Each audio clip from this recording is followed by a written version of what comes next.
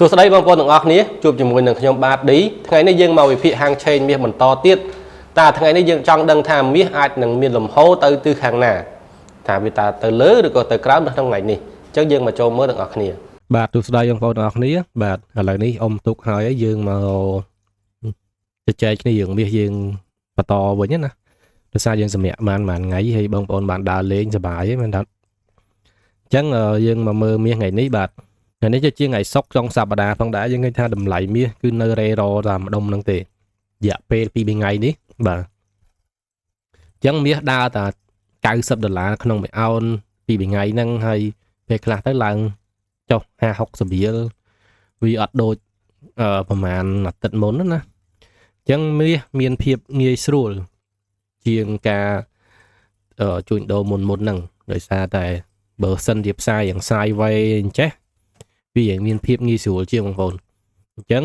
យើងឃើញថាតម្លៃមាសគឺនៅត្រឹងនឹងតម្លៃ3880ជាងនេះបាទកន្លែងនេះlàកន្លែងសំខាន់ជាងគេ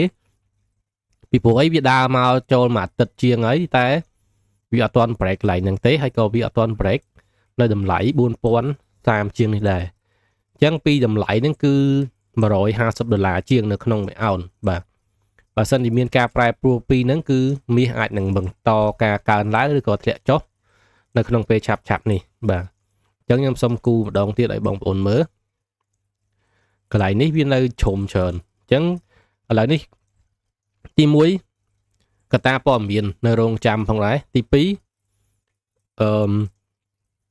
2ការជួញដូរវាអស់កំសោយទៅហើយណាមួយរៀងចុងឆ្នាំផងដែរអញ្ចឹងប្រហែលជាពាក់កណ្ដាលខែ11ឬក៏ខែ12អីប្រហែលជាមាសអាចនឹងដើរក្នុងលក្ខណៈ sideways អញ្ចឹងទេបើវាអត់បែកខាងលើនេះណាបាទវាអត់ break ទៅលើចេះឬក៏វានៅដើរ consolidation អញ្ចឹងតែបើអាកាសចុះដូចជាពិបាកមែនតើបងប្អូនយើងឃើញថាវារៀងចង់កើនឡើងច្រើនអញ្ចឹងបើសិនជាប្រហែលរយៈទៀតអត់ដើរទៅណាទេមាសគឺនៅតែនឹងឯងវាអត់ទៅណាទេចុងឆ្នាំបងប្អូនយើងតែងតែមើលឃើញឲ្យតែចុងឆ្នាំភាគច្រើនអ្នកវិនិយោគទុនអីឬក៏អ្នកជួញដូរ trader ភាគច្រើនគាត់សម្រាប់អីតាមខែ11 12គាត់ដើរលេងដល់ខែ1ខែ2បានយើង trade មកវិញស្រួលបាទនេះគឺជាប័ណ្ណវិសោធន៍វិញដែរបងប្អូនដែលគាត់ថ្មីគាត់អាចចំណាំមើលកន្លែងហ្នឹងបាន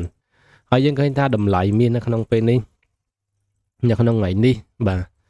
វាមើលទៅទំនោរវាអាចនឹងកើនឡើងច្រើនដោយសារតែយើងឃើញហើយដូចខ្ញុំគូបងប្អូនអញ្ចឹងយើងមើល4ម៉ោងមិនយើងដឹងផ្សារវានៅឆេមឈុំនឹងរហូតអញ្ចឹងតើវាឈុំដល់ប៉ុណ្ណេះឬក៏អាចនឹង fake break ទៅខាងក្រោមវិញតែមើលទៅភាគច្រើនគឺឡើងច្រើនជាងកម្លាំងអ្នកទិញនៅមានច្រើនហើយសម្រាប់ព័ត៌មានធំគឺរៀងធូរថយខ្លះដែរអញ្ចឹងវាពិបាកនឹងយើងវិភាគណាបើសិនជាមានការបាញ់គ្នាឬក៏ដូចលោកដូណាល់ត្រាំរយៈហ្នឹងថាចង់ធ្វើសង្គ្រាមមួយនីហ្សេរីយ៉ាដោយសារពាក់ព័ន្ធជាមួយនឹងសាសនាឬក៏អីអញ្ចឹងប្រហែលជាអាចនឹងមានការប្រែប្រួលបន្ថែមទៀតតែយើងចាំមើលសិនដូចជាមិនតាន់កើតឡើងទេបាទគាត់តែជាការពមៀនតោះអញ្ចឹងយើងមកជួញដូររឿងយើងវិញបាទសម្រាប់បងប្អូនដែលគាត់ចង់លក់មាសចាំមើលឲ្យវា break ទៅខាងលើនេះសិនមើលបាទម្សិលមិញបើសិនជាលក់ដុំនេះល្អបាទចុះមកបានជាង50លេខដែរតែផឹកមិញខ្ញុំបានទិញនៅតម្លៃនេះចំណេញបានជាង30លេខដែរអញ្ចឹងបើសិនជាតម្លៃមាសអាចបែកទៅ34 35អញ្ចឹងបើសិនជាបែកប៉ុណ្ណឹងមែនចាំយើងទិញនៅតម្លៃ10ជាងយើងរកទិញឡើងបើថាឲ្យ sell គឺអត់តន់ទេព្រោះវាប៉ះមកច្រើនណាស់បងប្អូន1 2 3 4 5 6ដងបើនេះ7ដងអាចនឹង break ទៅលើហើយតែបើអត់ទេព្រោះវាចុះមកម្ដងនេះបើសិនជាចុះខ្លាំងប្រហែលជាមាសអាចនឹងទៅរក3800អីវិញបាទអញ្ចឹងអានេះយើងមើលរយៈពេលរៀងវែងដែរ time frame 1ម៉ោងបាទអូខេអញ្ចឹងសម្រាប់បងប្អូនចង់ scalping អត់ទាន់គ្រប់គ្រងធ្វើអីបងប្អូន